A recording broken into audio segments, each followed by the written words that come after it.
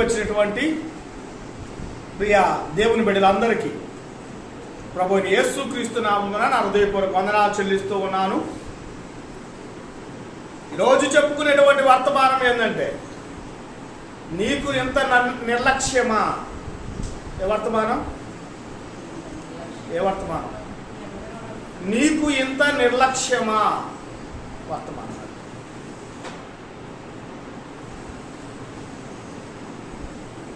నిర్లక్ష్యము అంటే అర్థమేంటో?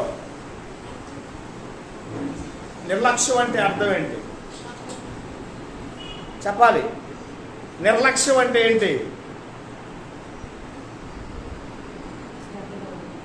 ఏమండి? అశ్రద్ధగా ఉండుట, ఇంకా అజాగ్రత్తగా ఉండుట. నిర్లక్ష్యం అంటే అలక్ష్యము, బద్ధకము, నిర్లక్ష్యం. ఈనాడు లోకంలో చాలా మంది నిర్లక్ష్యంగా ఉంటారు.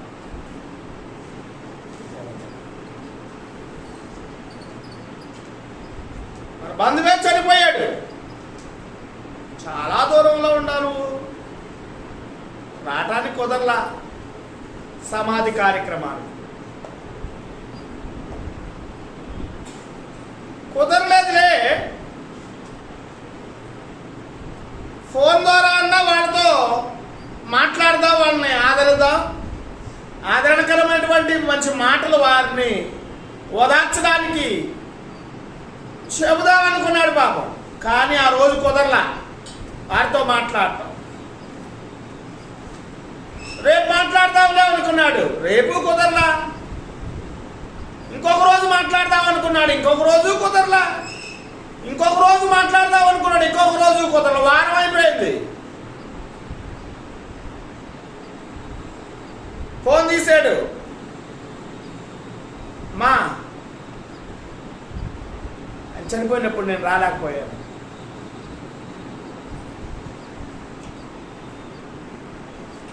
నువ్వు చాలా దూరంలో ఉండా అని ఆ మాట ఆ ఇంటి వారితో మాట్లాడడం వల్ల ఆ ఇంటి వాళ్ళు ఏమంటారు? ఇప్పుడు గుర్తొచ్చామయ్యా నీకు, చచ్చిపోయినప్పుడు రాలేదు, మరుసటి రోజు మాతో మాట్లాడలేదు, ఇప్పుడు గుర్తొచ్చావా మేము?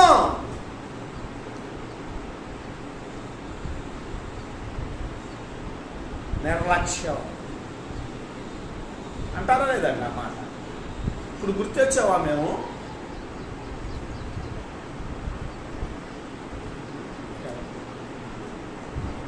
పొలం వేసాడు రైతు, విత్తనాలు వేసాడు,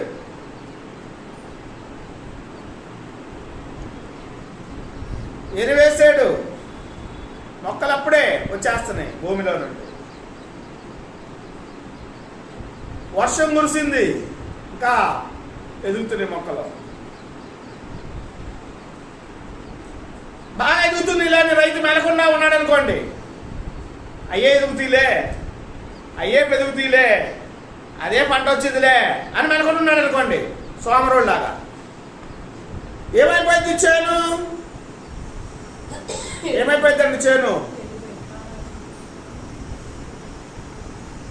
ఆ పొలానికి పెట్టబడినటువంటి పెట్టుబడి కూడా రాదు, లాస్, లక్షల రూపాయల లాస్. నిర్లక్ష్యం. రోడ్డు దాడుతా అన్నాడు, కుడివైపున వెళ్ళాలి ఆ వ్యక్తి, కుడివైపున పోతా ఉండాలి, ఎడమవైపున పోతున్నాడు అనుకోండి. ఏదో ఆలోచన కలిగి ఏదో ఆలోచన చేస్తా పోతా ఉన్నాడు రోడ్డు మీద.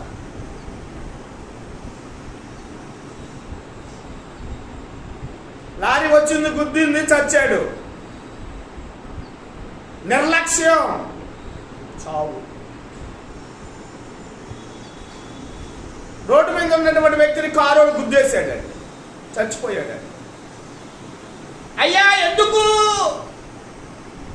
చూసుకోలేదా ఏంటి నువ్వు అతన్ని? చచ్చిపోయాడుగా. ఏదో ఫోన్ వస్తే నేను మాట్లాడతా, కారు నడుపుతా ఉన్నా, చచ్చిపోయాడు.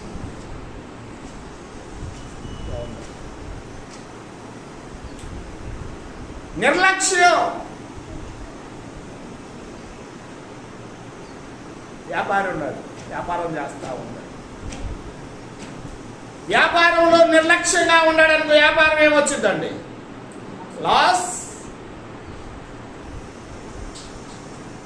ఉద్యోగానికి వెళ్తున్నావు, నీకు జాబ్ ఉంది, ఒకరోజు లేటుగా వెళ్ళావు, అయ్యా ఈసారి లేటు రావద్దు చెప్పేస్తాడు యజమానుడు. మరలా రెండోసారి కూడా లేటుగా వెళ్ళావు, నిన్న చెప్పే కదా నీకు ఎందుకు లేట్ అయింది. సాకులు చెప్తే ఊరుకోడు యజమానుడు, ఊరుకుంటాడా? మరలా మూడోసారి లేటుగానే వెళ్ళావు ఉద్యోగానికి, ఉద్యోగంలో ఉంచుతాడా తీసేస్తాడా? చెప్పండి. తీసేస్తాడు. తీసి పక్కన మండుకు ఇంకా నీ పోస్టులో ఇంకొకటి పెట్టుకుంటాడు. కుటుంబం పట్ల మనము నిర్లక్ష్యం చేసినట్లయితే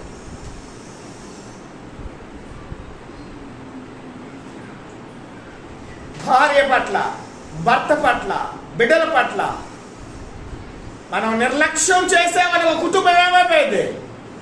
సర్వనాశనం అయిపోయింది. చదువుతున్నారు, చదువుతా ఉండినప్పుడు ఏమండి శ్రద్ధగా చదవాలి, శ్రద్ధగా చదివితే పాస్ అవుతున్నాడు. బిడ్డల పట్ల శ్రద్ధ చూపించలేదనుకో బిడ్డలు ఏమైపోతారండి? పాడైపోతారు, చేతికి రాదు, చేజారిపోయాడండి అంటా ఉంటుంది. దేనికి? నీ నిర్లక్ష్యం వల్ల. నీ నిర్లక్ష్యం వల్ల ఏమైపోతారండి? బిడ్డలు పాడైపోతారండి. కుటుంబ యజమానుడికి నిర్లక్ష్యం ఉండకూడదు, బిడ్డలకు నిర్లక్ష్యం ఉండకూడదు. చదువు పట్ల నిర్లక్ష్యం ఉందనుకోండి ఏమైపోతారు? ఏమండి పాస్ అవుతారా వాళ్ళు? ఏమండి ఎగ్జామ్స్లో పాస్ అవుతారా? పాస్ కాదు, దేనికి పనికి రాదు. చేజారిపోయారండి నా బిడ్డలు, నా మాట వింటలేదండి, చేజారిపోయారంట. ఎందుకు జారిపోతారు? నువ్వు సరిగ్గా లేవు, నీ యొక్క జీవిత విధానం సరిగ్గా లేదు, నీ బిడ్డలు సరిగ్గా ఏ విధంగా ముందుకు కొనసాగించాలని నీకు తెలియదు. అందుకని నీ బిడ్డలు పాడైపోయింది, నీ మాట వింటల్లా. నీ మాటగా దేవుడి మాట కూడా వినకుండా పాడైపోవడానికి కారణం ఏందయ్యా అంటే నీ నిర్లక్ష్యం. తాగాల, మనం తాగాల, జ్వరం వచ్చింది, బీపీ షుగర్లో ఉంటుంది, ఏమన్నా రోగం వచ్చింది, ఏం చేయాలి నువ్వు? అదే తగ్గిపోయేదిలే నలకలు ఉండవు, ఏమైపోతావు? సస్తావా, చచ్చిపోతావు. బీపీ నీకు ఏం చేయాలంటే డాక్టర్ చూపించుకోవాలి, చూపించుకోకుండా ట్యాబ్లెట్లు వాడకుండా బీపీతో అంతే ఉండవనుకున్నాం ఏమైపోతాం? నరాలు కదిలిపోయి నువ్వేమైపోతావు? చస్తావు.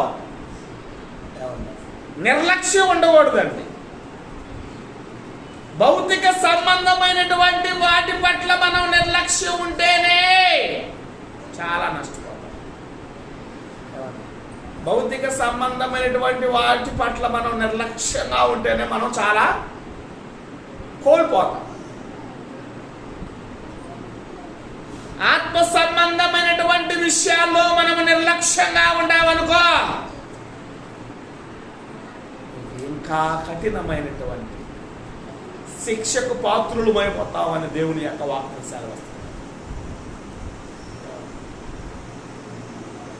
నిర్లక్ష్యం మన జీవితాల్లో ఉండకూడదు. పరిశుద్ధ గ్రంథంలో కొంతమంది నిర్లక్ష్యం కలిగి ఉండాలి. వాళ్ళు ఏ విధంగా నాశనం అయిపోయారు.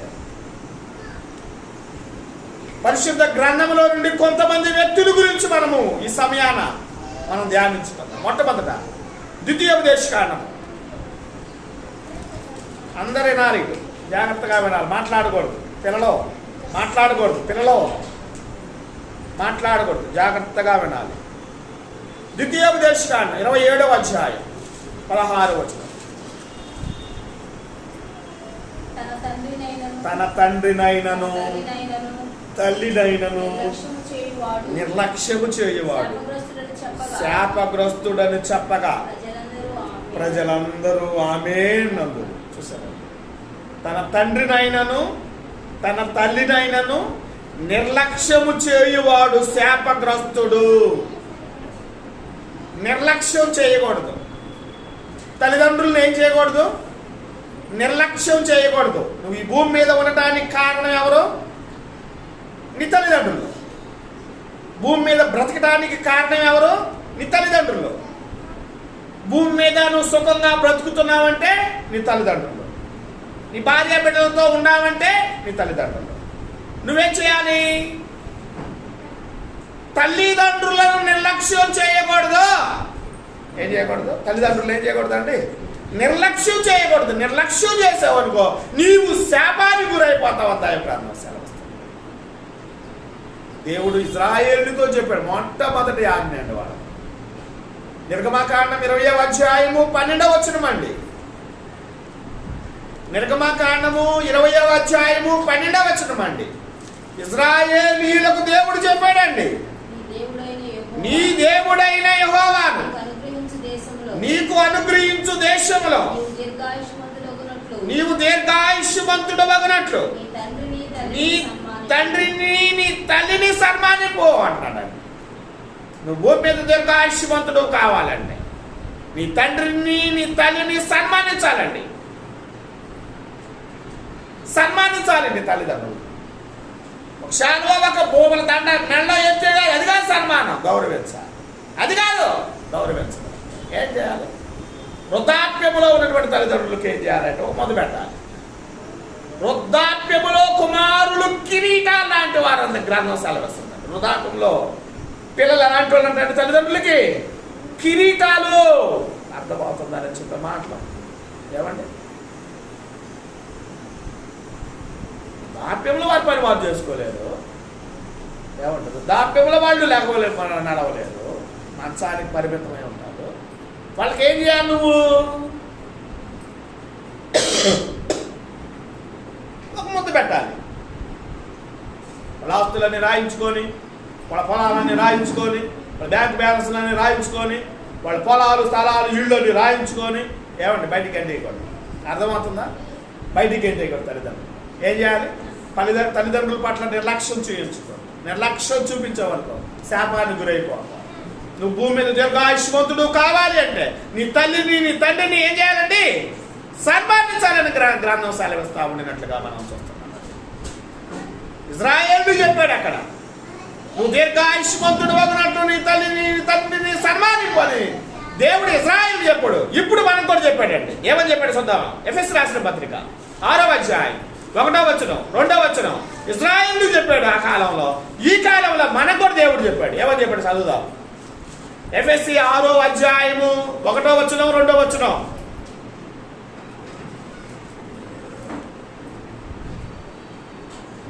పిల్లలారా ప్రభువునందు మీ తల్లిదండ్రులకు విధేయులై ఉండండి. ఇది ధర్మం. చూసారండి, పిల్లలారా మీ తల్లిదండ్రులకు విధేయులై ఉండండి. ఇది ధర్మము. ఎందుకు ధర్మం అయ్యా అంటే నిన్ను పుట్టించారు, భూమి మీద బ్రతికిస్తున్నారు, పోషిస్తున్నారు, నిన్ను ఒక ఉన్నతమైనటువంటి స్థితిలో ఉంచారు. నువ్వు భూమి మీద ఉండడానికి కారణభూతులు ఎవరయ్యా అంటే నీ తల్లిదండ్రులు. నీ కొరకు రక్తం కార్చింది ఎవరయ్యా అంటే నీ తల్లి. అర్థమవుతుందా? ఏమండి? నీ కొరకు రక్తం కార్చింది ఎవరయ్యా అంటే నీ తండ్రి. ఏమండి? అర్థమైందండి? నీ తల్లిదండ్రులు అండి నీ కొరకు మొట్టమొదటి రక్తం కార్చి, వారందరికంటే యేసుక్రీస్తు వారి రక్తాన్ని కార్చారు. ఏమండి? నిన్ను భూమి మీద ముంచినందుకు నీ తల్లిదండ్రులకు ఏం చేయాలంటే ఏం చేయాలండి?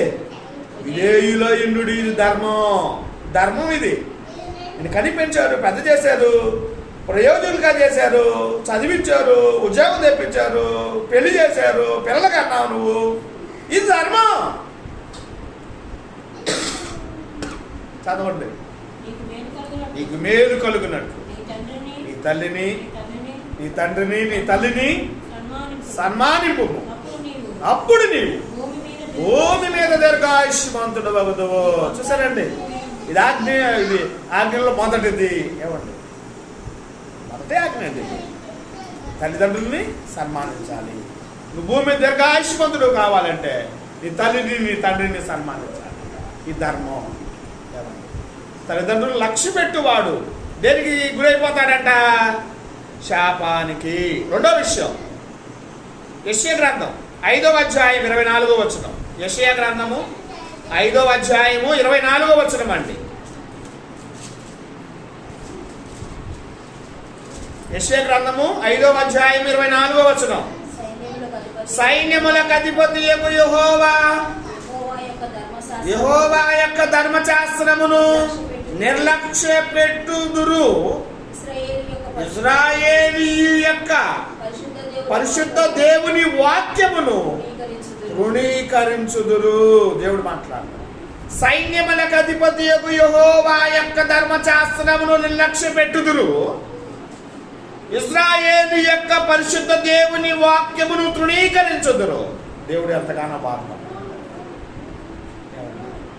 ధర్మశాస్త్రాన్ని ఏం చేస్తున్నారంట? నిర్లక్ష్యం చేస్తున్నారు ఇశ్రాయేలీలు. దేవుడు బాధపడుతున్నాడు. ధర్మశాస్త్రాన్ని నిర్లక్ష్యం చేయకూడదండి. ఏమండి? ధర్మశాస్త్రాన్ని నువ్వు నిర్లక్ష్యం చేయకూడదు. దావీదు గారు అంటాడండి, ఏమంటున్నాడంటే 1వ కీర్తన 2వ వచనం. యెహోవా ధర్మశాస్త్రమందు ఆనందించుచు దివారాత్రులు దానిని ధ్యానించిన వాడు ధన్యుడు. చూసారండి, యెహోవా ధర్మశాస్త్రమందు ఆనందించుచు. చూసారండి, యెహోవా ధర్మశాస్త్రమందు ఏమొచ్చింది నీకు? ఆనందం. ఈ ఆనందం ఎక్కడ లేని ఆనందం వచ్చిందండి. యెహోవా ధర్మశాస్త్రమందు ఆనందించుచు దివారాత్రులు దానిని ధ్యానించిన వాడు ధన్యుడు. దివారాత్రులు దానిని ధ్యానించాలండి. బైబిల్ పట్టుకొని వచ్చాం, ఆదివారం దేవుని సన్నిధికి వచ్చాం, బైబిల్ తీసుకున్నాం, వచ్చాం, కూర్చున్నాం, అయిపోయింది ప్రార్థన, వెళ్ళిపోయాం. బైబిల్ నా గూట్లోనో, ఆ టేబుల్ మీదో, ఆ బీరువాలోనో, ఆ కిటికీలోనో పడేసేస్తాం. దాని ముఖం చూడమంట. వారం దాకా దాని ముఖం చూడవండి. మరలా ఆదివారం వచ్చింది, మరలా ఏం చేస్తామంటే ఆ బైబిల్ని ఇక్కడ దులుపుకొని ఏం చేస్తామండి? వస్తామండి. వస్తున్నారా మీరు కూడా? ఒక అమ్మ బైబిల్ తీసుకొని వచ్చింది, పాస్ గారు ప్రార్థన చేయండి. అమ్మ ఇప్పుడు చాలా కొత్తగా ఉంది బైబిల్, చాలా కొత్తగా ఉంది, ఏంది నిన్న కొత్త బైబిలా ఏందని అడిగా. అడగంగానే పాస్ గారు కొత్త బైబిల్ కాదు పాస్ గారు, 10 సంవత్సరాలు అవుతుంది బైబిల్ కొని. ఎన్ని సంవత్సరాలు అవుతుందంట బైబిల్ కొనేమా? 10 సంవత్సరాలు అవుతుంది. 10 సంవత్సరాలు అవుతున్నా కూడా బైబిల్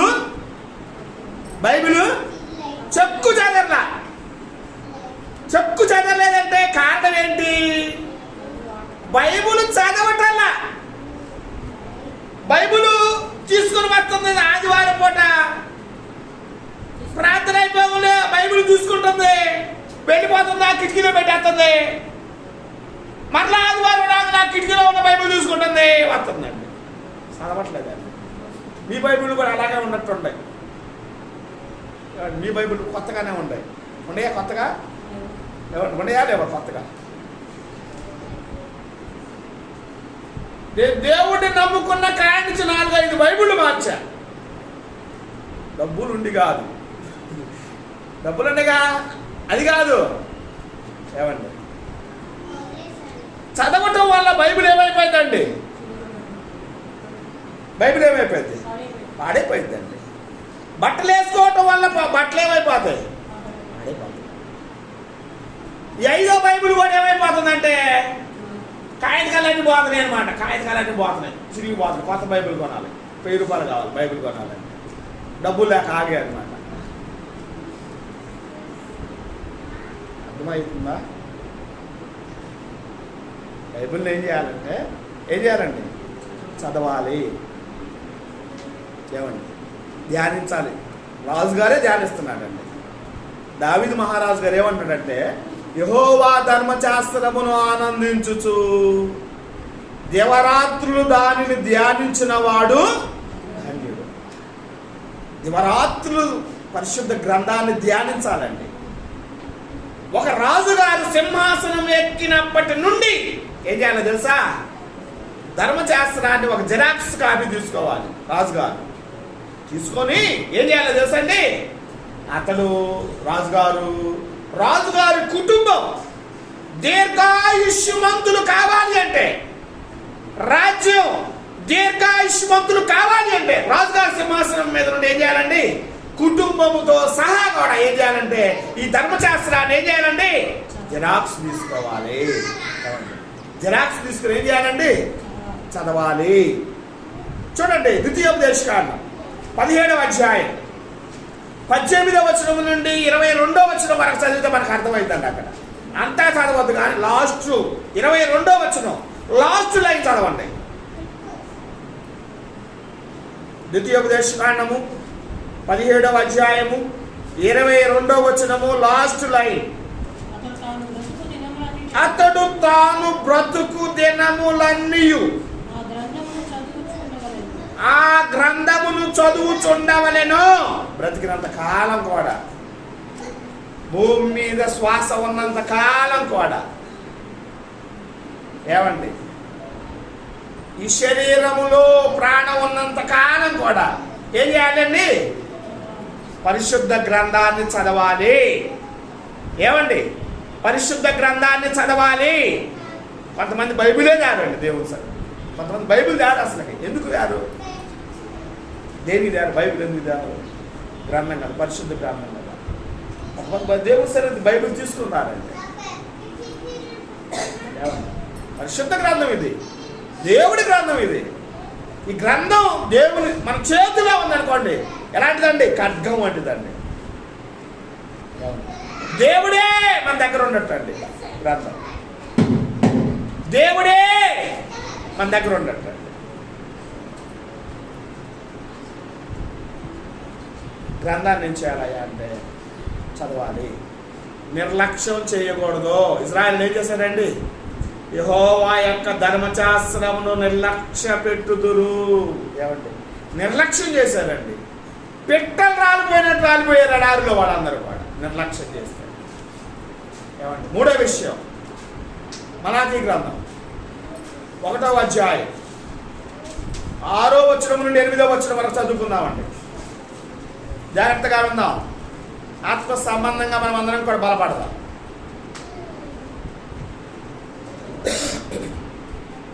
కుమారుడు తన తండ్రిని గనపరుచును కదా. కుమారుడు ఏం చేస్తాడు? తండ్రిని గనపరుస్తాడు. అయ్యా, నన్ను భూమి మీద పుట్టించావయ్యా, పోషిస్తున్నావయ్యా, చదివిస్తున్నావయ్యా, నన్ను ప్రయోజకుడిగా చేసేవయ్యా అని కుమారుడు ఏం చేస్తాడు? తండ్రిని గనపరచును కదా. దాసుడు తన యజమానుని గనపరచును కదా. దాసుడు కూడా ఏం చేస్తాడు? యజమానుని గనపరుస్తాడు. చెప్పిన మాట అంటాడు, నా నామమును నిర్లక్ష్య పెట్టు యాజకులారా, నేను తండ్రినైతే నాకు రావలసిన ఘనత ఏమాయను. చూసారండి, నా నామమును నిర్లక్ష్య పెట్టు యాజకులారా, నేను తండ్రినైతే నాకు రావలసిన ఘనత ఏమాయను. దేవుడు మాట్లాడుతున్నాడు ఇశ్రాయేలుతో. నేను యజమానుడనైతే నాకు భయపడువాడు ఎక్కడ ఉన్నాడు అని సైన్యములకు అధిపతి యెహోవా మిమ్మును అడుగగా, దేవుడు అడిగాడు, ఏమి చేసి నీ నామమును నిర్లక్ష్యం పెట్టిమని మీరందరూ ఏం చేసావయ్యా? నీ నామాన్ని నిర్లక్ష్య పెట్టడానికి అంటున్నారంటండి. ఇశ్రాయేలు దేవుడి మీద తిరుగుబాటు చేస్తున్నారు. 7వ వచనం, నా బలిపీఠము మీద అపవిత్రమైన భోజనమును మీరు అర్పించుచు ఏమి చేసి నిన్ను అపవిత్ర పరిచితమని మీరందరూ. అపవిత్రమైన భోజనాలు పెట్టారు. పవిత్రమైన భోజనాన్ని పెట్టాలి, ఫ్రెష్ భోజనాన్ని పెట్టాలి దేవుడికి. నైవేద్యాన్ని ఫ్రెష్ పెట్టాలి. అపవిత్రమైన దేవుడి దగ్గర పెడుతున్నారు. అపవిత్ర పరిస్థితి మని మీరందరూ యెహోవా భోజనము బల్లెను నీచపరచినందు చేతనే కదా గుడ్డి దానిని తీసుకొని బలిగా అర్పించిన ఎడల అది దోషము కాదా? కుంటి దానినైనను రోగము గల దానినైనను అర్పించిన ఎడల అది దోషము కదా?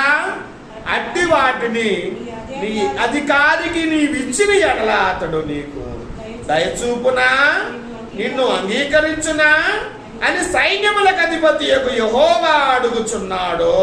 చూసారండి, ఇశ్రాయేలు బలి అర్పించాలంటే ఏమర్పించాలండి? ఫ్రెష్ అర్పించాలి దేవుడికి. క్రొవ్వినటువంటి బలులు అర్పించాలండి. గొర్రెను కానీ, మేకను కానీ, ఎద్దును కానీ, పావురాన్ని కానీ, గువ్వను కానీ ఏం చేయాలండి? ఫ్రెష్. గుడ్డిదాన్ని అర్పించకూడదు. గుడ్డిది చాలా చూపుగా వస్తుంది. గొర్రె పిల్లని ఏమండి గుడిదాన్ని తెచ్చి దేవుడు బలర్పించామనుకో, దేవుడు అంగీకరించడు. గుడ్డిది చాలా చూపుగా ఉంది, గుడ్డిది గొర్రెపిల్ల, కాబట్టి దీన్ని కొనేద్దాం, దేవుడు కనిపిద్దామని తీసుకొని పోయి దేవుడు కనిపించామనుకోండి, దేవుడు ఆ బలర్పి దేవుడు అంగీకరించడండి. రోగగ్రస్తమైనటువంటిది తీసుకొని వచ్చేసి రేపు మాకు చచ్చేది తీసుకొని వచ్చేసి దేవుడికి బలర్పించామనుకోండి, దేవుడు అంగీకరించడండి. చిన్న ఎగ్జాంపుల్ చెబుతున్నాడు, మనకు అర్థం కావడానికి చెబుతున్నాడు. దేవుడు ఏమని చెబుతున్నాడండి?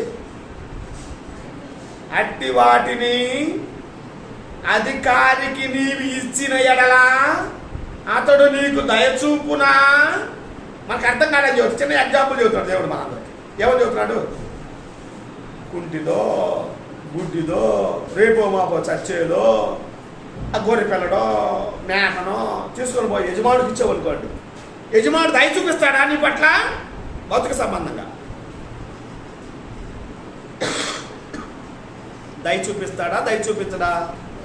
దయ చూపించడు. రే ఏంద్రా గుడిదాన్ని తెచ్చా, ఏంద్రా గుడిదాన్ని తెచ్చా, రేపో మాపో చచ్చేదాన్ని తెచ్చా, గొర్రె పిల్లని అంటాడా లేదండి? ఏమండి అంటాడా లేదా? తప్పకుండా అంటాడండి. తప్పకుండా అంటాడండి. దేవునికి బలి ఏదైతే అర్పించాలంటే కయ్యేలు ఏబేలు అంటారు.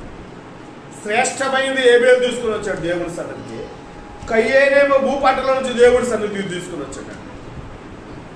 ఇద్దరు దేవుని యందు భయభక్తులు కలిగి ఉన్నవాళ్ళు, ఇద్దరు తల్లికి పుట్టినటువంటి బిడ్డలే. మొట్టమొదటి సంతానం కయ్యేలు ఏబేలు, ఆదామావళ. దేవుని సన్నిధికి తీసుకుని వచ్చారు. దేవుని సన్నిధిలో ఎవరి అర్పణ దేవుడు అంగీకరించాడండి? ఎవరి అర్పణ దేవుడు అంగీకరించాడండి? ఏబేలు యొక్క అర్పణ దేవుడు అంగీకరించినట్లుగా మనం చూస్తున్నాం.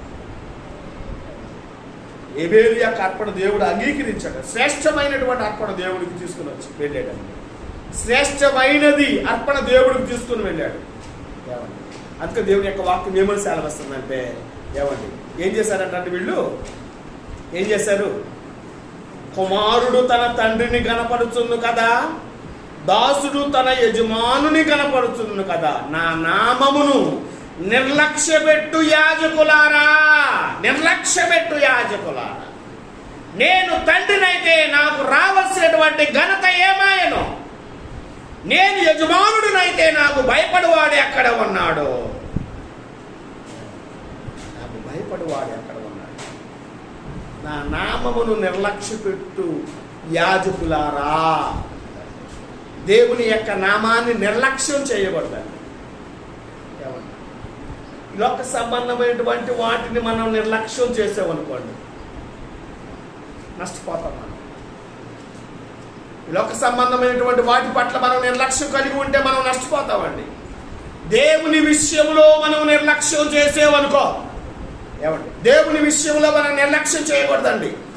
ఏ విషయంలోనైనా నిర్లక్ష్యం చేసినా కానీ దేవుని విషయంలో నిర్లక్ష్యం చేసినట్లయితే దేవునికి ఇవ్వవలసింది దేవునికి ఇవ్వకపోతే, అర్థమవుతుందా నేను చెప్పే మాటలో? దేవుని సన్నిధికి సకాలంలో రాకపోతే వద్దావలే ఆయవలే ఒక ఆదివారం రాకపోతే నిర్లక్ష్యం ఉండకూడదండి. ఏమండి? దేవుని సన్నిధికి వచ్చేటువంటి వాటిలో మనం నిర్లక్ష్యం ఉండకూడదండి. నిర్లక్ష్యం అనేది మన జీవితంలో రాకూడదండి.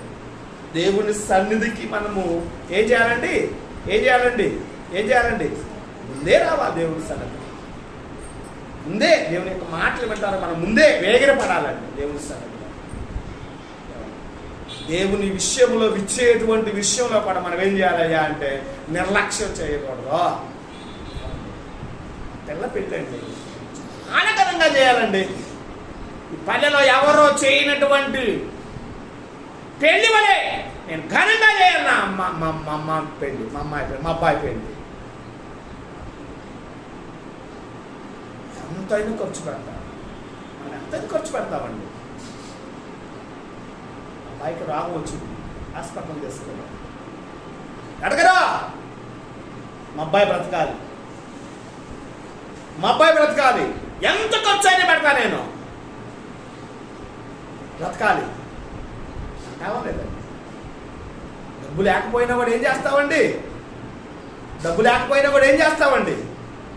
ఏం చేస్తాం? డబ్బు లేకపోయినా కూడా అప్పు తెచ్చి ఏం చేస్తామంటే అబ్బాయిని బ్రతికించుకుని వచ్చేస్తామండి. ఇల్లు కట్టుకున్నా, ₹1,00,000 పెట్టి ఇల్లు కట్టుకున్నాం, గృహప్రవేశం చేశాం. ఘనంగా చేయాలి, ఎవరు చేయనట్టు చేయాలి.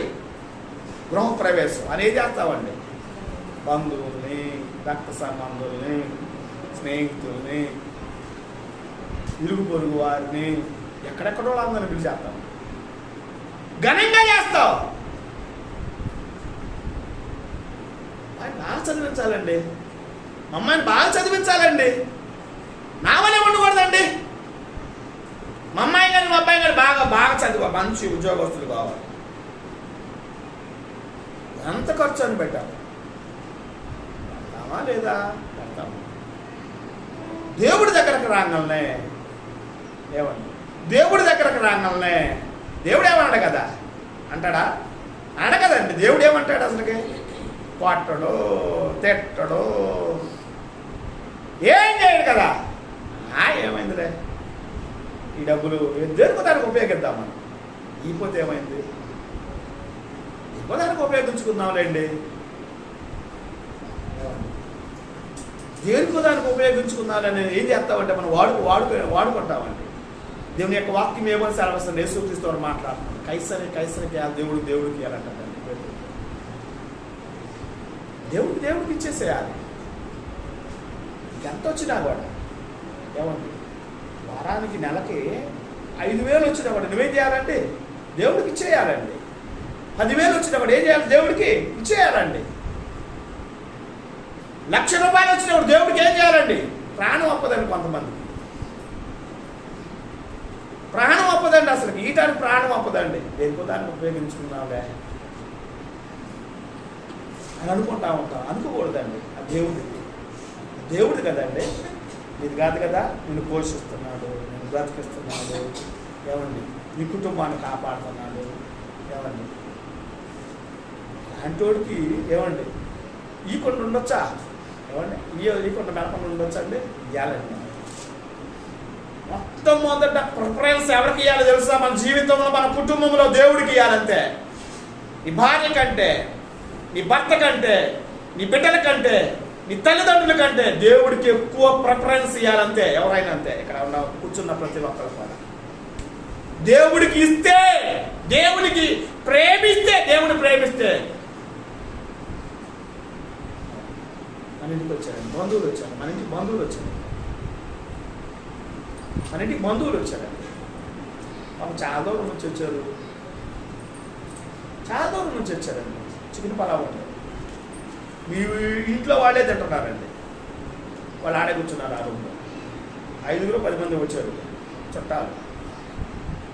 గమగమాలు ఆడుతున్నాయి, వంటలు బాగా గమాయించి కొడుతున్నాయి. నీ ఇంట్లో వాళ్ళే తింటా ఉంటారు అనుకోండి, మరి వాళ్ళు పెట్ల నువ్వే తింటున్నావు, వాళ్ళ పెట్ల. జీవితంలో నీ ఇంటికి వస్తాడా వాడు? చుట్టం వస్తారా? బంధువు వస్తాడా? నిన్ను పలకరిస్తాడా? వస్తారా? రారా? జీవితంలో రారు. అర్థమవుతుందా? దేవుడు సంతోషపెట్టాలి, నిర్లక్ష్యం చేయకూడదు దేవుడిని. దేవుడిని నిర్లక్ష్యం చేయకూడదు. ఏ మీటింగ్ పెట్టినా కూడా డబ్బు ఏమండి లేకపోయినా కూడా తెచ్చి దేవుడి పని చేస్తామండి. చాలా ఖర్చు అయింది, వచ్చింది కొద్దిగే. మొన్న మీటింగ్కి వచ్చింది కొద్దిగే, కానీ ఖర్చు మటుకు డబల్ అయింది. ఏమండి 40 కేజీలు ఉండాల్సింది 10 కేజీలే వండాం. 35 కేజీలు తేవాల్సింది చికెన్ 5 కేజీలు తెచ్చి వండేవనుకోండి. సరిపోయిద్దా? సరిపోదండి. నిర్లక్ష్యం చేయకూడదు. మనం నిర్లక్ష్యం చేసామనుకోండి, వండి అండి పెట్టండి అంటారా లేదండి?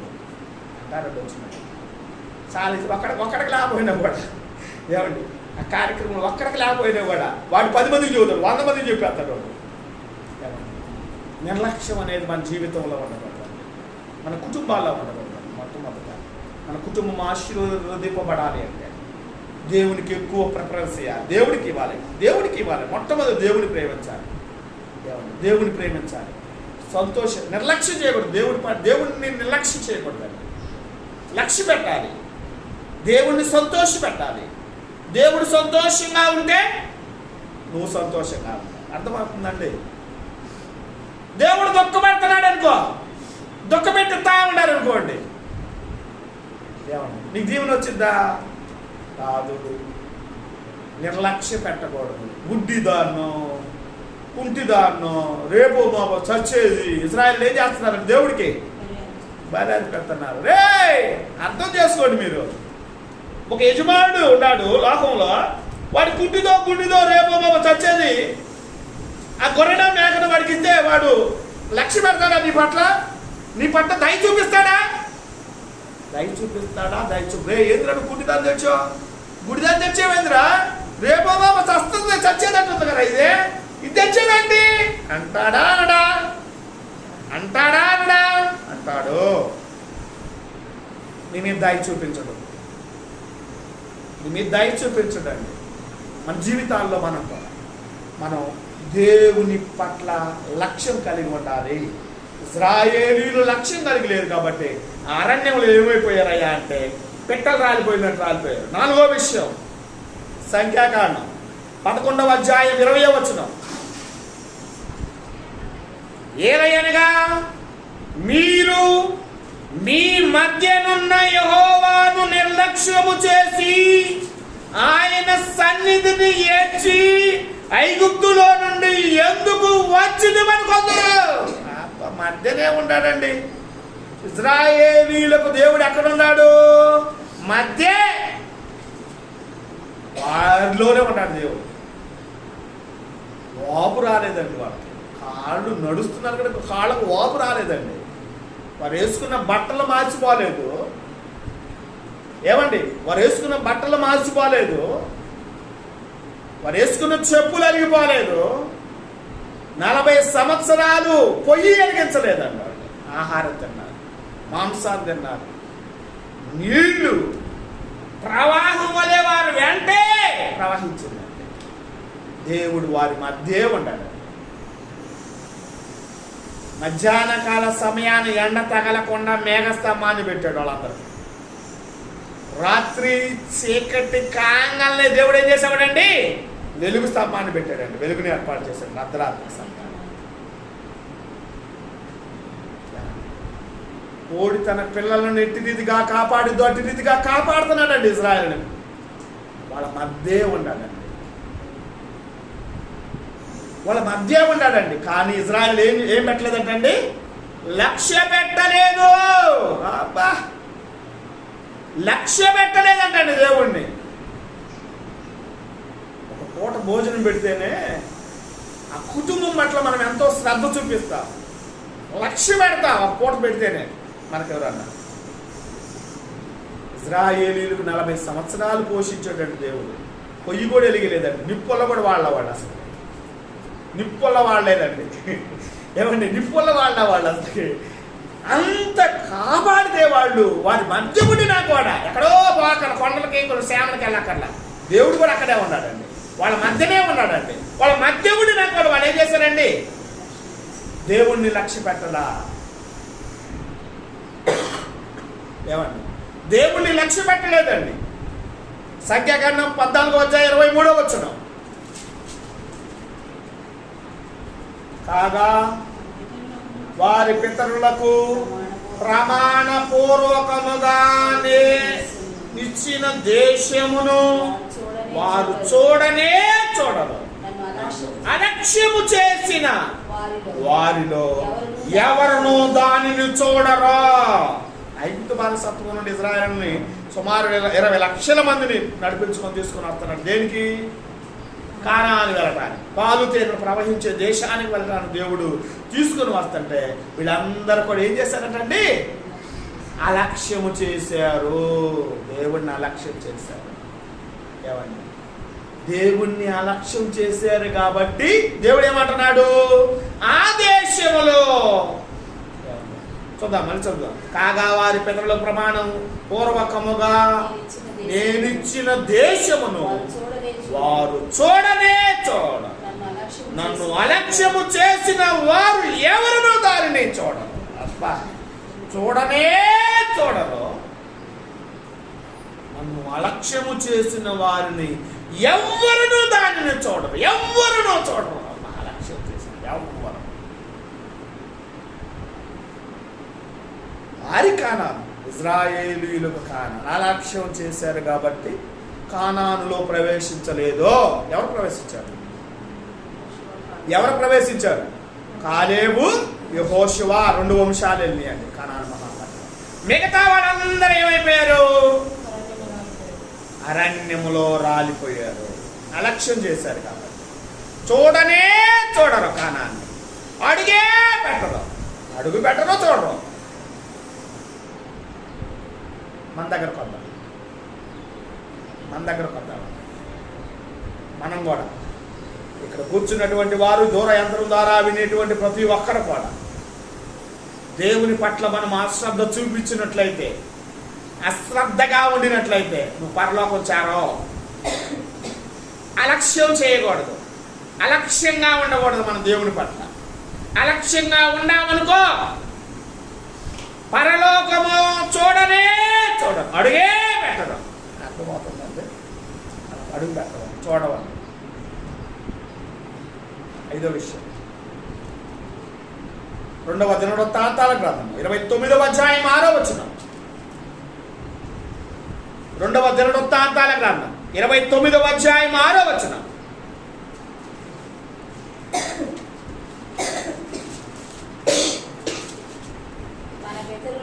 మన పితరులు ద్రోహులై దేవుడైన యెహోవా దృష్టికి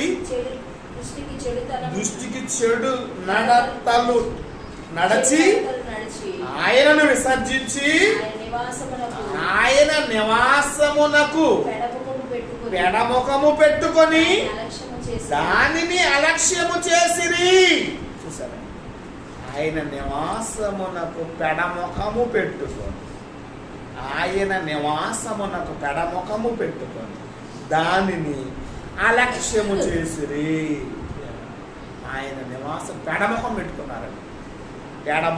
ఎడమొహం పెట్టుకున్నారు. అలక్ష్యం చేశారు.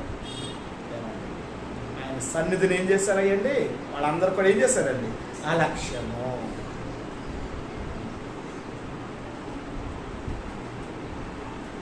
ఇదివరకు గుడారాలో ఉన్నాడు, దేవాలయంలో ఉన్నాడు. ఇప్పుడు ఎక్కడున్నాడు? మన హృదయము. ఈ హృదయమే దేవుని ఆలయమై ఉన్నదని మీరు వెలగదా? ఎవడైనను దేవుని ఆలయమును పాడు చేసిన ఎడల నేను వాడిని పాడు చేసేదను. మనం అందరం ఎవరి ఆలయం అండి?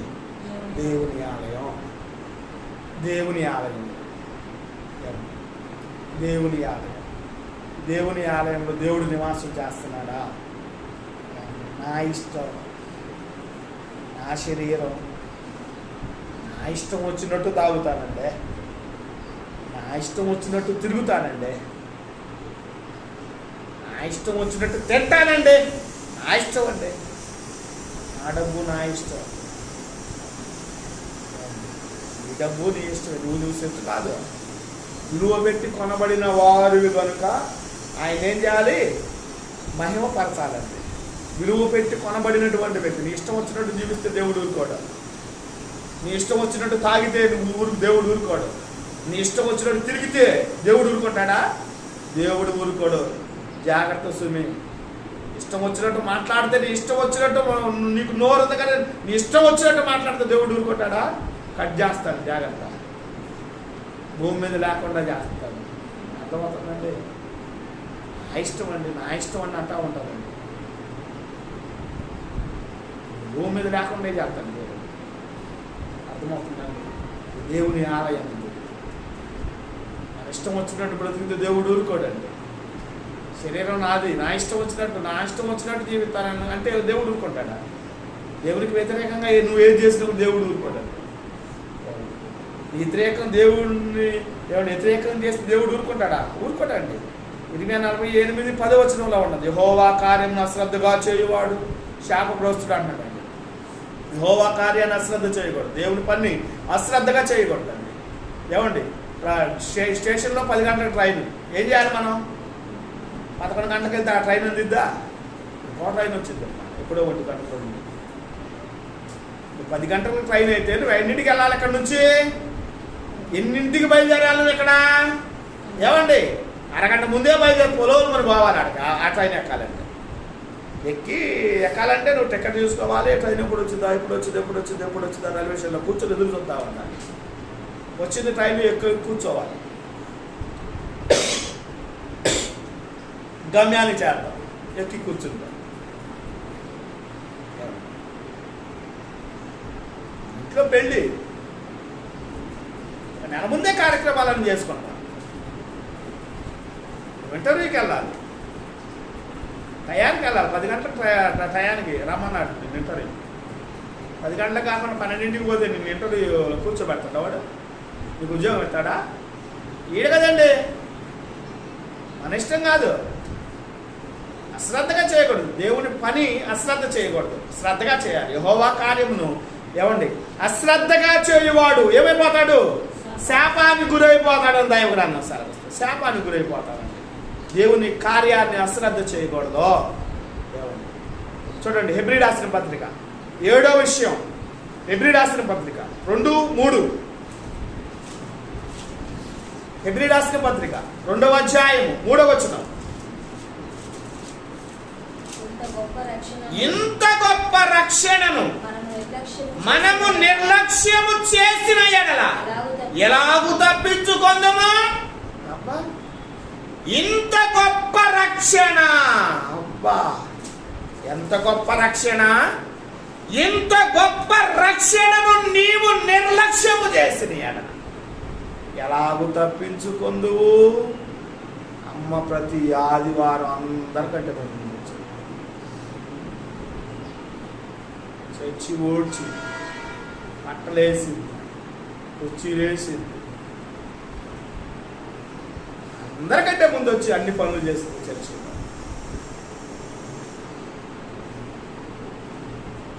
ఆమె సంపాదనలో నుండి దశమానం పాష్కాలించి దేవుడు ఇచ్చింది. అమ్మా చాలా భక్తి కలిగి ఉంటుంది ఆమె దేవుని పట్ల, చాలా సంతోషం. అమ్మా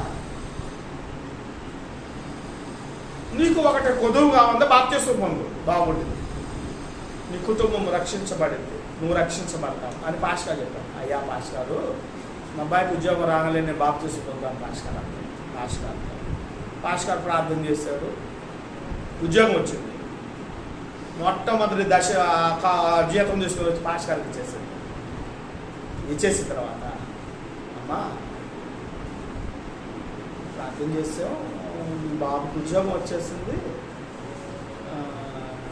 మొట్టమొదటి జీతం తెచ్చావు, మాకు ఇచ్చేసావు, చాలా సంతోషం, బాప్తిస్మం పొందామమ్మా అన్నాడు పాస్టర్. అయ్యా పాస్టర్ గారు, నేను వచ్చే ఆదివారం పొందుతానయ్యా, నేను చెప్పే కదా అబ్బాయికి ఉద్యోగం రాగానే బాప్తిస్మం పొందుతానని చెప్పాను పాస్టర్ గారు, వచ్చే ఆదివారం పొందుతాను పాస్టర్ గారు అన్నాడు.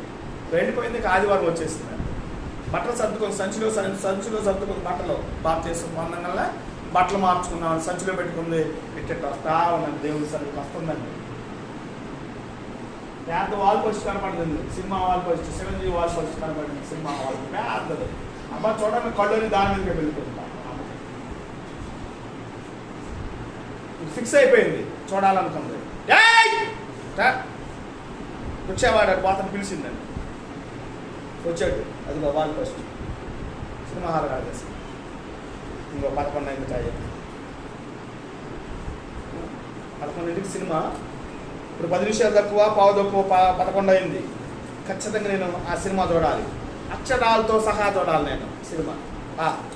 ఎక్కిందండి, రిక్షా ఎక్కిందండి, వాడు తొక్కలేక పోతా ఉన్నాడు. ఎక్కడ కూర్చుంటుంది.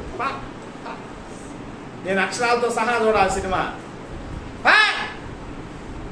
వాడికి ఓపిక లేకపోతే ఓపిక తెచ్చుకొని ఏం చేస్తున్నాడు, తొక్కుతున్నాడండి, స్పీడ్గా తొక్కుతున్నాడు. వెనకాలండి స్పీడ్గా తొక్కుతా ఉన్నాడు. అటు నుంచి స్పీడ్గా వచ్చేస్తుంది ఒక లారీ వచ్చి గుద్దేసేసి. రోడ్డంతా రక్తమయమ, రక్తంలో కొట్టమెట్లాడుతుందండి. పాస్కారో రుక్షాదకి కూడా అవతల పడ్డాడు. వాడు వచ్చిన దెబ్బలు తగిలి వాడు ప్రాణాలు దండగా ఉన్నాడు. ప్రాణంతో అల్లాడుతుందండి, కేకలేస్తుంది, రక్తపు మడుగులో కేకలేస్తుంది, గిలగిల తన్నుకులాడుతుందండి. కాసేపటికి ఎక్కిళ్ళు వచ్చేసి చచ్చిపోయింది.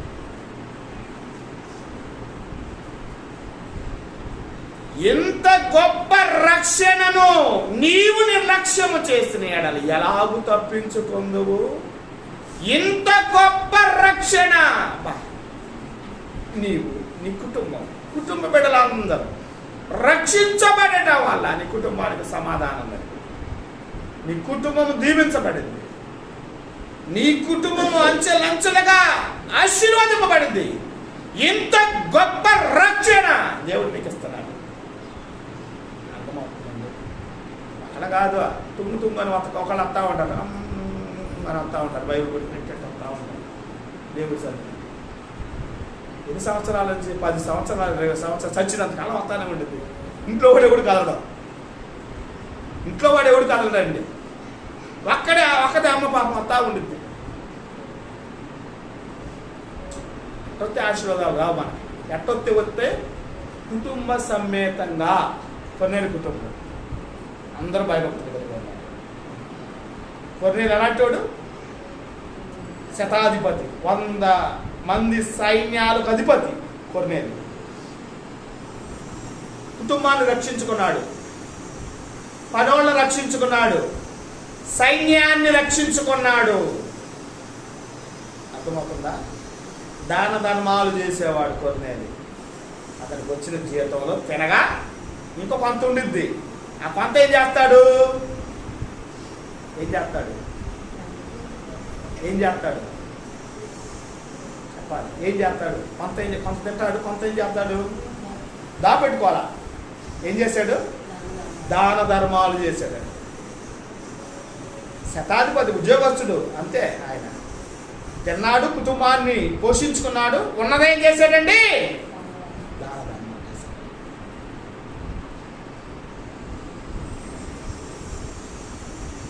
మనలాగా అడుక్కోవాలి. చిన్నదానికి పెద్దదానికి చిన్న జ్వరం వచ్చింది అనుకోండి, ఏం చేస్తారండి?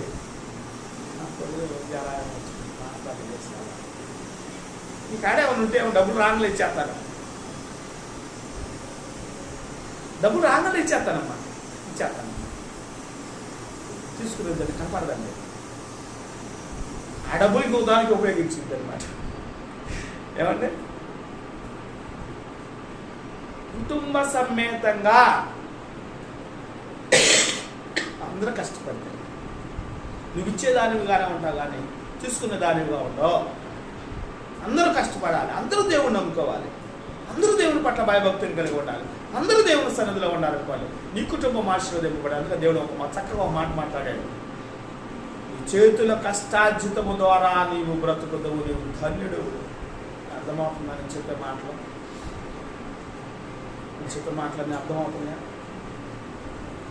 చేతుల కష్టార్జితం ద్వారా బ్రతుకు. ఒక మూట రాదు నీ ఇంట్లోకి, ఒక మూట దేవుడు, ఒక బంగారం మూట, డబ్బుల మూట నీ ఇంట్లో వేయడం. ఆశీర్వాదం పొందాలంటే డబ్బుల మూట, బంగారం మూట. అమ్మ నువ్వు బాగా బాధపడుతున్నావు, కష్టంలో ఉండవు, ఇబ్బందుల్లో ఉండవు, అది దేవుడు ఏది ఒక పెద్ద మూట తెచ్చి ఇంట్లో పెట్టడం. పెడతాడా? ఎవరింట్లో పెట్టాడా? ఎక్కడా విన్నారా? ఏమి విన్నారయ్యా అంటే, మీరు నీ చేతుల కష్టార్జితము ద్వారా బ్రతుకుతాం, అంతే.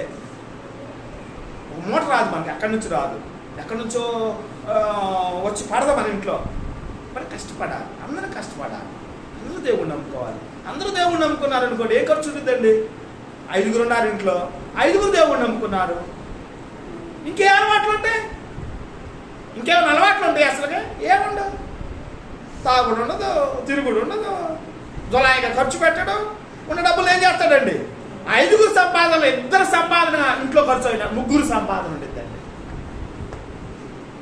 దాని ద్వారా ఆశీర్వదించబడేది. అర్థమవుతుందని చెప్పే మాట. ఇంత గొప్ప రక్షణను, ఇంత గొప్ప రక్షణ అండి. ఎంత గొప్ప రక్షణ! ఇంత గొప్ప రక్షణను నీవు నిర్లక్ష్యము చేసిన ఎడల ఎలాగ తప్పించుకుందువో, ఎలాగ తప్పించుకుంటావు? 8 తిమోతి రాసిన పత్రిక, 1 తిమోతి 4వ అధ్యాయము 14వ వచనం. 1 తిమోతి 4:14. పెద్దలు హస్త నిక్షేపణము చేయగా ప్రవచన మూలమున నీకు అనుగ్రహింపబడిన నీలో ఉన్న వరమును అలక్ష్యము చేయకము. నీలో ఉన్న వరం దేవుడు ప్రతి ఒక్కరికి ఇస్తారు వరాలు. ఎవడా? ఏమండి? దేవుడు వరాలు ఇస్తాడా? ఎవడండి? అందరికి ఇస్తాడండి. ఒక్కొక్కడికి ఒక వరం ఉంటుందండి. ఆ వరాన్ని ఏం చేయాలంటే అలక్ష్యం చేయకూడదు. మనం దేవుడిచ్చిన తలంతుని, ఏమండి, మీకు పరిచర్య చేసేటువంటి వరం ఇచ్చాడండి. పరిచర్య చేయి.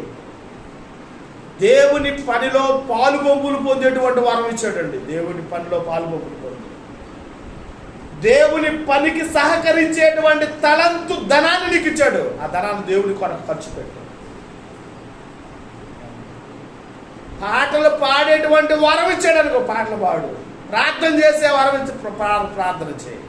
సంఘానికి నడిపించేటువంటి బిడ్డలను, కొత్తగా నడిపించేటువంటి బిడ్డల యొక్క వరం ఇస్తే ఆ వరాన్ని ఉపయోగించు. గుంతలో పెట్టి దాపెట్టినటువంటి వాడి వలె ఉండద్దు. తలంతులు ఏం చేసినాడు? గుంతలో పెట్టి దాపెట్టాడు ఒక తలంతుని. యజమాడు వచ్చేసి, అయ్యా నీకు ఒక్క తలంతు ఇచ్చే కదా, ఏం చేసేవని అడిగితే, నీవు వెత్తని చోట కోయి వాడవను, చల్లని చోట పంట కూర్చుకుని వాడు అయిన కఠినుడవో. నువ్వు వస్తావన్న సంగతి తెలుసు. నీవు ఇచ్చినటువంటి తలంతుని గుంత తీసి గుంతలో పెట్టా అని తీసి ఇచ్చేసాడు. వరి స్వామిని పోయిన చెడ్డదాసుడా, నేను వెత్తని చోట కోయి వాడవను, చల్లని చోట పంట కూర్చుకొని వాడినైనా కఠినుడుడా. నీకు ఇచ్చే బదులు షావుకారు దగ్గర నుంచినట్టు వాడు వడ్డీతో సహా నాకు ఇచ్చేవాడు. ఇది కాళ్ళు చేతులు కట్టి చీకటి బిలాములు వేయండి. అర్థమైందండి? దేవుడు ఇచ్చినటువంటి తలంతులు మనం ఏం చేయాలని ఉపయోగించాలి. గుంత తీసి గుంతలో పెట్టినటువంటి తలంతు వలె ఉండకూడదండి. సోమరి, చెడ్డవాడు, 2 కాళ్ళు చేతులు కట్టేసి చీకటి బిలాములు వేసి బడా నమ్మకమైన మంచి దాసుడా. దేవుడు అనాలంటే మన నమ్మకం. బడా నమ్మకమైన మంచి దాసుడా, ఈ చిన్న విషయంలో నువ్వు నమ్మకంగా ఉన్నావు కాబట్టి నేను అనేకమైన వాటిని నేను నిన్ను నియమిస్తూ ఉన్నాను. యజమానుని యొక్క సంతోషంలో పాల్గొంటాను. చిన్న విషయంలో మనం నమ్మకంగా ఉండాలి. నమ్మకత్వాన్ని కోల్పోకూడదు. నమ్మకత్వాన్ని అలక్ష్యం చేయకూడదు. చివరిగా ఇంకొక వచనం చదివి నేను ముగిస్తాను. సామెతల గ్రంథం 19:16. చివరి 9వ విషయం, ఆజ్ఞలను గైకొను వాడు తన్ను కాపాడుకొనును, తన ప్రవర్తన విషయమై అజాగ్రత్తగా నుండి వాడు చచ్చును. చూసారండి? ఆజ్ఞలను గైకొని వాడు తన్ను తాను కాపాడుకోడు. దేవుని ఆజ్ఞలు గైకొనేవాడు, దేవుని మాట వినేవాడు, దేవునికి లోబడేవాడు, దేవుని సన్నిధిలో జీవించేవాడు, దేవుని చిత్తాన్ని నెరవేర్చేవాడు ఏం చేస్తాడంటే వాడు కాపాడబడతాడు. ఆజ్ఞలను గైకొను వాడు తన్ను కాపాడుకొనును, తన ప్రవర్తన విషయమై అజాగ్రత్తగా నుండి వాడు చచ్చును. చూసారండి? అజాగ్రత్త, ప్రవర్తన విషయమై అజాగ్రత్తగా ఉండివాడు ఏమైపోతాడండి? చచ్చును. దుర్మార్గుడు. ప్రసంగి 7:17. అధికముగా దుర్మార్గపు పనులు చేయకు, బుద్ధిహీనముగా తిరగవద్దు, నీ కాలమునకు ముందు ఎలాగు చదువు. అధికంగా దుర్మార్గ పనులు చేయకూడదు. బుద్ధిహీనముగా తిరగడం వల్ల కాలానికి ముందే చచ్చిపోతున్నాడు. 70-80 సంవత్సరాలు కాలం దేవుడిచ్చిన కాలం. దానికంటే 30-40 సంవత్సరాలకే ఏమైపోతున్నాడండి? చస్తున్నాడండి. అధికముగా దుర్మార్గం పనులు చేయటం వల్ల, బుద్ధిహీనంగా తిరగటం వల్ల తన కాలం కంటే ముందుగా చచ్చిపోతున్నాడు. కాలం కంటే ముందుగా చచ్చిపోతున్నాడు. దేవుని ఆజ్ఞలు గైకొంటే తను తాను కాపాడుకుంటాడు. ఏమంటే తన ప్రవర్తన విషయం అజాగ్రత్తగా నుండి వాడు చచ్చిపోతాడు. అజాగ్రత్తగా ఉంటే, జాగ్రత్త లేకుండా ఉంటే ఏమైపోతాడంటే వాడు చచ్చిపోతాడు. ప్రసంగి 5:1-2 వచనాలు చూసినట్టయితే, దేవుని మందిరమునకు వచ్చినప్పుడు నీ ప్రవర్తన జాగ్రత్త. మనం దేవుని సన్నిధికి వస్తున్నాం, మన ప్రవర్తన ఎలా ఉంటుంది? జాగ్రత్తగా ఉండాలండి. లోక సంబంధమైన పని వెళ్ళిపోతా ఉంటారండి. క్లిక్కులు కొట్టుకొని పోతా ఉంటారు. లోక సంబంధం పని టవల్లో పెట్టుకొని, టవల వేసుకొని ఏమండి వాళ్ళ ఆయుధాలు తీసుకొని పోతా ఉంటారండి. వాళ్ళ ప్రవర్తన ఎలా ఉండిద్ది? వాళ్ళ ప్రవర్తన ఎలా ఉండేది చెప్పండి? లోక సంబంధమైన ప్రవర్తన ఎలా ఉండేది? ఎలా ఉండేది ప్రవర్తన? వాళ్ళ ప్రవర్తన ఎలా ఉండేదండి? అల్లరిచిల్లరగా ఉండేది, ఎక్కిరితనంగా ఉండేది. ఇష్టం వచ్చినట్టు మాట్లాడుతూ ఉంటారు, ఇష్టం వచ్చినట్టు జీవిస్తూ ఉంటారు. వాళ్ళ పనులకు వెళ్ళేవాళ్ళు, లోకానుసారమైన పనులకు వెళ్ళేవాళ్ళు, లోక సంబంధంగా జీవించేవాళ్ళు. వాళ్ళ ప్రవర్తన వేరుగా ఉండేది. నువ్వు ఎక్కడికి వస్తున్నావు? దేవుని మందిరానికి వస్తున్నావు. దేవుని సన్నిధికి వచ్చేటువంటి మనం, నువ్వు దేవుని మందిరమునకు పోవునప్పుడు నీ ప్రవర్తన జాగ్రత్త. జాగ్రత్త సుని. ఎక్కడికి వెళ్తున్నావు నువ్వు? ప్రతి ఆదివారం ఎక్కడికి వెళ్తున్నావు? ప్రతి ప్రార్థనకి ఎక్కడికి వెళ్తావు? దేవుని సన్నిధి. నా ప్రవర్తన ఎలా ఉంది? జాగ్రత్త. జాగ్రత్తగా ఉండాలండి. జ్వరం వచ్చిందండి, హాస్పిటల్ వెళ్ళానండి, ఉడుగుతున్నానండి. డాక్టర్ గారు ఏం చేస్తారంటే, ఏమండి థర్మామీటర్ నోట్లో పెట్టి చెప్పేస్తాడు, అబ్బాయి నీకు 104 జ్వరం ఉంటుంది, జాగ్రత్త, టాబ్లెట్లు వాడు, అన్నం తినొద్దు, ఏం తినబాక, టాబ్లెట్లు వాడు, ఏదో మజ్జిగ ఏదో టిఫిన్ చేయి, ఎంత ఏం తినొద్దు. జాగ్రత్తగా ఉంటే ఏమైపోతాం మనం? జ్వరం ఇంకా ఎక్కువైపోతుంది, చావడానికి సిద్ధంగా ఉంటాం. అజాగ్రత్త అనేది మన జీవితాల్లో ఉండకూడదండి. నువ్వు దేవుని మందిరములకు పోవునప్పుడు నీ ప్రవర్తన జాగ్రత్త. జాగ్రత్తగా ఉండాలండి. మన ప్రవర్తన ఎలా ఉండాలి? దేవుని దృష్టిలో ఎలా ఉండాలి? దేవుని దృష్టిలోను మనుషుల దృష్టిలోను ఎలా ఉండాలి? జాగ్రత్తగా. నువ్వు ఎక్కడికి వస్తున్నావయ్యా? నువ్వు దేవుడి దగ్గరకు వస్తున్నావు. ఏమన్నా ఎక్కడికి పెళ్ళికో పబ్బాలకు బాటల, ఎక్కడికి బాటల, ఎక్కడికో తిరణానికి బాటల, ఎక్కడికి పోతున్నా దేవుడి సన్నిధి. దేవుడి గుర్తు తిరిగాం, సర్వ సృష్టికర్తను గుర్తు తిరిగాం, సర్వాధికారిని స్తుతించడానికి, ఆరాధన చేయడానికి వస్తూ ఉన్నాం. ఎవరు దేవుని మందిరమునకు వచ్చినప్పుడు నీ ప్రవర్తన జాగ్రత్త సుమి. జాగ్రత్తగా ఉండాలండి మనం. జాగ్రత్త లేకపోతే ఏమండి మనం చచ్చిపోవడానికి ఆస్కారం ఉంటుంది. నిత్యము అగ్నిగుండంలో యాతన చెందడానికి ఆస్కారం ఉన్నదని దైవగాన్ని సెలవిస్తుంది. అజాగ్రత్తగా ఉండకూడదు. మన ప్రవర్తన జాగ్రత్తగా ఉండాలి. దేవుని మందిరమునకు వచ్చినప్పుడు నీ ప్రవర్తన జాగ్రత్త. మనం జాగ్రత్తగా ఉండాలి. మన దేహం చాలా జాగ్రత్తగా ఉంది, దేవునికి అనుగుణంగా ఉండాలని ఏమన్నా అలక్ష్యంగా ఉండొద్దు. నేను మిమ్మల్ని హెచ్చరించు, నన్ను నేను హెచ్చరించుకోవచ్చు. ఈ మాటలు నేను ముగిస్తూ ఉన్నాను. దేవుడి మాటలు మనందరి వినికిడిలో వర్ధిల్ల చేయునుగాక. ఆమేన్.